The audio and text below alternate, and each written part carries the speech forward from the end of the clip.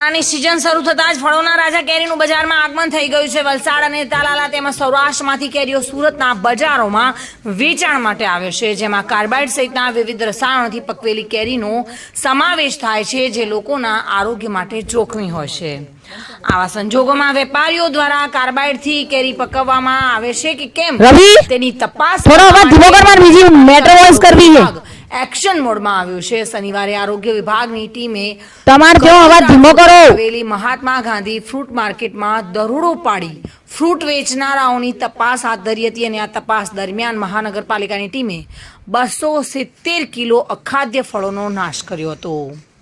મોટી સંખ્યામાં ફ્રૂટોનો નાશ કરવામાં આવ્યો હતો, કારણ કે આ ફ્રૂટો કાર્બાઇડથી પકવેલા હોવાનું અનુમાન લગાવવામાં આવ્યું હતું। મહાનગરપાલિકાની આરોગ્ય વિભાગની ટીમે દરોડો પાડ્યો હતો અને ફ્રૂટ સેમ્પલ લેવામાં આવ્યા હતા, જ્યારે ફ્રૂટના સેમ્પલ લીધા બાદ આ ફ્રૂટ અખાદ્ય પદાર્થોની વ્યાખ્યામાં આવતું હોવાથી તેનો નાશ કરવામાં આવ્યો હતો।